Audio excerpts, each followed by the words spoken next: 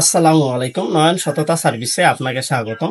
এই অরিজিনাল যে ফাটা ডিসপ্লেগুলো রয়েছে, এই ডিসপ্লেগুলো আপনাদের ডিসপ্লে ঠিক রেখে আপনাদের শুধু টাচটি পরিবর্তন করা যায়।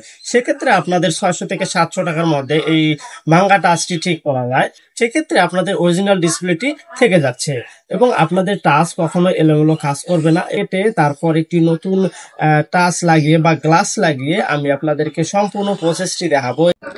মোবাইলটি প্রথমত হিটিং করে নিতে হবে। হিটিং করে নিয়ে মোবাইলটির যে টাচ ডিসপ্লেটি রয়েছে, এই টাচ ডিসপ্লেটি আলাদা করে নিতে হবে। প্রথম স্টেপ, প্রথমত যে ডিসপ্লেটি বডি থেকে আলাদা করতে হবে। এই আলাদা করার সময় অনেকেই ডিসপ্লেগুলো নষ্ট করে ফেলেন। আমার হাতে এই টাচগুলো দেখতে পারতেছেন। এই টাচগুলো এই অ্যাটাচ মোবাইলের। আপনারা দেখেন যে স্ক্রিনে যে যত রকম ফাটা রয়েছে, এই ফেটে যাওয়া যে টাচটি রয়েছে, এই টাচটি উঠানোর সময় অবশ্যই সাবধানতা অবলম্বন অবশ্যই করতে হবে। আপনারা দেখেন এখানে আমি টুইজার, একটি ওপেনার টুইজার দিয়ে এটিকে উঠানোর চেষ্টা করতেছি। যারা একদম হাই লেভেলের এক্সপার্ট, শুধু তারাই এই টুইজার দিয়ে কাজটি করবেন। অদারওয়াইজ যারা নতুন রয়েছেন তারা কখনোই টুইজার দিয়ে কাজ করবেন না, কারণ টুইজার দিয়ে কাজ করলে ভিতরে ডিসপ্লেটি আঘাত পেতে পারে। আপনারা সব সময় দেখবেন যে গরিলা গ্লাসের যে আপনাদের যে প্লাস্টিকটি রয়ে থাকে, সেই প্লাস্টিক দিয়ে আপনারা উঠানোর চেষ্টা করবেন। সব সময় আমরা এই প্লাস্টিক দিয়ে উঠিয়ে থাকি, আদারওয়াইজ টুইজার কম ব্যবহার করা হয়ে থাকে। একটি পারফেক্টলি ডিসপ্লে উঠাতে হলে আপনাদেরকে অবশ্যই একটি পারফেক্টভাবে হিটিং করে নিতে হবে। হিটিং করে নিয়ে তারপর এই ডিসপ্লেটিকে উঠাতে হবে। আপনারা ভিতরে দেখেন, এই ভিতরে যদি আমি পার্টটি জোরে চাপ দিতাম তাহলে ডিসপ্লেটি নষ্ট হয়ে যেত। সেক্ষেত্রে আমাকে এখন এই ডিসপ্লেটি বা পিছনের ব্যাকসেলটি খুলে ফেলতে হবে। আপনারা দেখতে পাচ্ছেন আমি ডিসপ্লেটি আলাদা করে ফেলেছি, কিন্তু ডিসপ্লেটির এখনও ক্ষয়ক্ষতি হয়নি। ইনশাআল্লাহ ডিসপ্লেটি সম্পূর্ণভাবে আমরা টাচটি আলাদা করে সম্পূর্ণভাবে আমরা কাজটি করতে পারবো। আশা করি আপনারা ভিডিওটি শুরু থেকে শেষ পর্যন্ত দেখবেন। আমি এখন ব্যাকসেলটি, পিছনের যে ব্যাকসেলটি রয়েছে, এই ব্যাকসেলটি খুলে নিব, কারণ এই ব্যাকসেলটি না খুললে আমি ডিসপ্লেটিকে বের করতে পারবো না। নাটগুলো খুলে নিব। ভিডিওটি একটু ফাস্ট করে দিয়েছি। নাটগুলো আমি খুলে নিচ্ছি। খুলে নিয়ে আমাকে ব্যাটারিটি আলাদা করতে হবে। সেক্ষেত্রে ব্যাটারিটি আলাদা করার সময় অবশ্যই সাবধানতা অবলম্বন করবেন, কারণ ডিসপ্লেতে আঘাত দিয়ে আপনারা কখনোই ব্যাটারিটি টান দিবেন না। আমি ডিসপ্লেটি আলাদা করে নিলাম। এখন ডিসপ্লেটির মধ্যে আমাকে একটি গরিলা গ্লাস লাগিয়ে নিতে হবে। আপনারা উপরে দেখতে পারতেছেন যে অনেক ফাটা রয়েছে, ফেটে গেছে। এই ফেটে যাওয়া যে আপনাদের যে ফেটে যাওয়াগুলো রয়েছে, এগুলো যখন আমি সেপারেটর মেশিনের মধ্যে কাটতে যাব বা কেটে আলাদা করতে যাব, তখন এগুলো প্রত্যেকটি আলাদা আলাদা হয়ে যাবে। সেক্ষেত্রে আমার এই ডিসপ্লেটি কাটতে প্রবলেম হবে।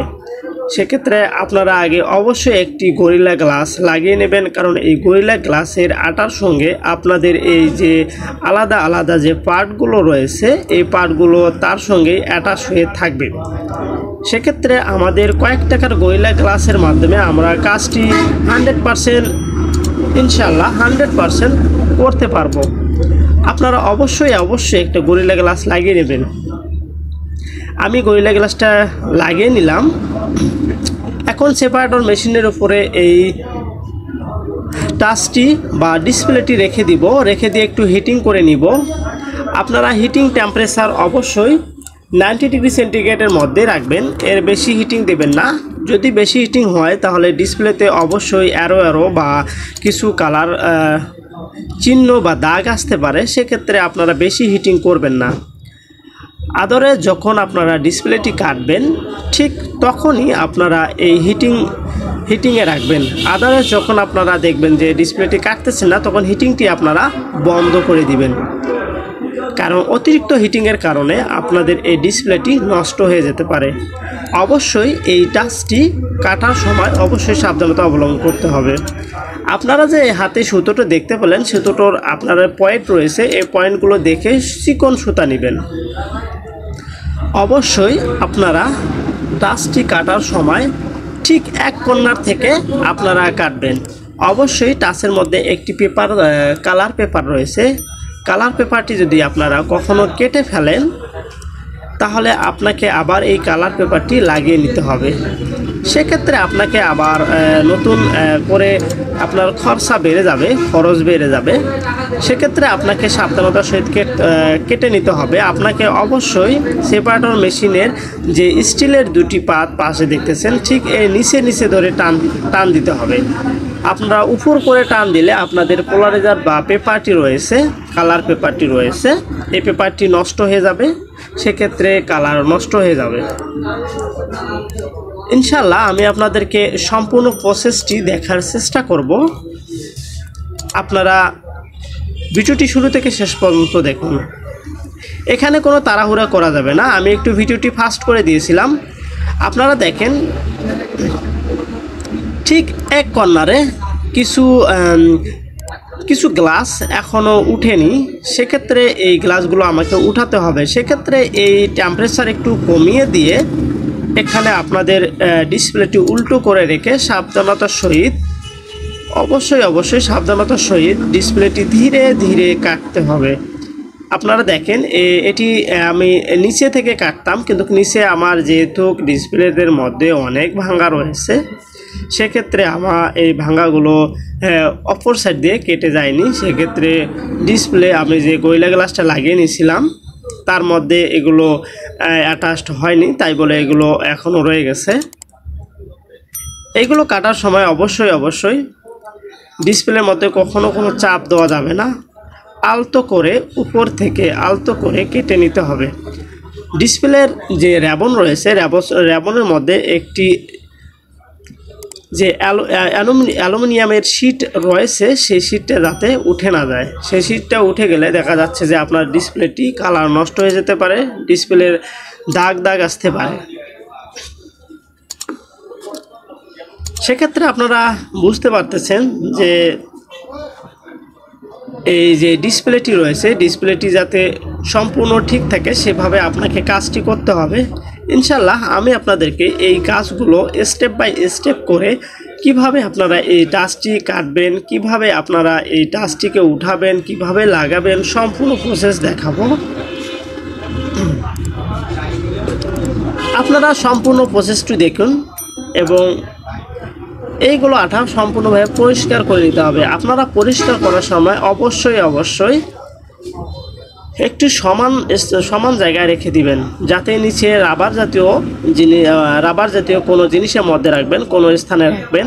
সেক্ষেত্রে আপনাদের এই পরিষ্কার করার সময় ফেটে যাবে না। আমি এখন ডিসপ্লেটি চেক করব। এত সময় ধরে কাজ করলাম, যদি এখন ডিসপ্লেটি নষ্ট হয়ে যায় তাহলে আমার কাজগুলো বৃথা।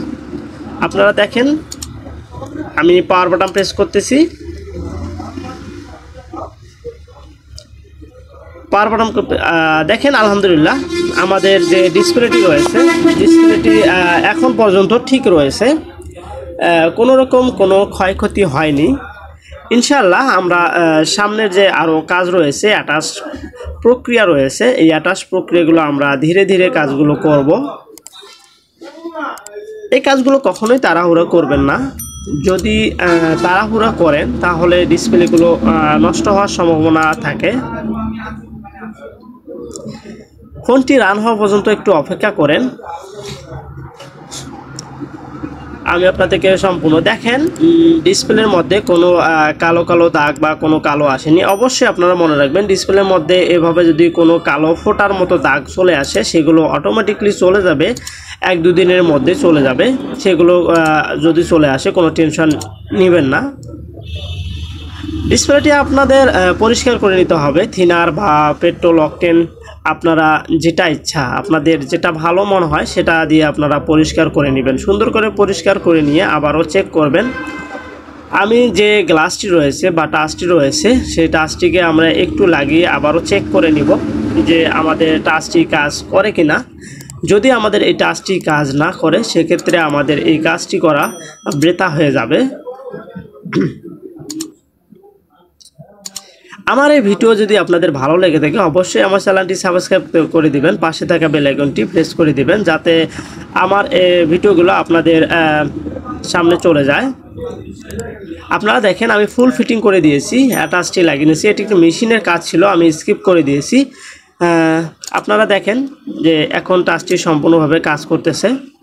ইনশাআল্লাহ আলহামদুলিল্লাহ আমরা কাজটি করতে সফল হয়েছি। ভালো থাকবেন, সুস্থ থাকবেন, আল্লাহ হাফেজ।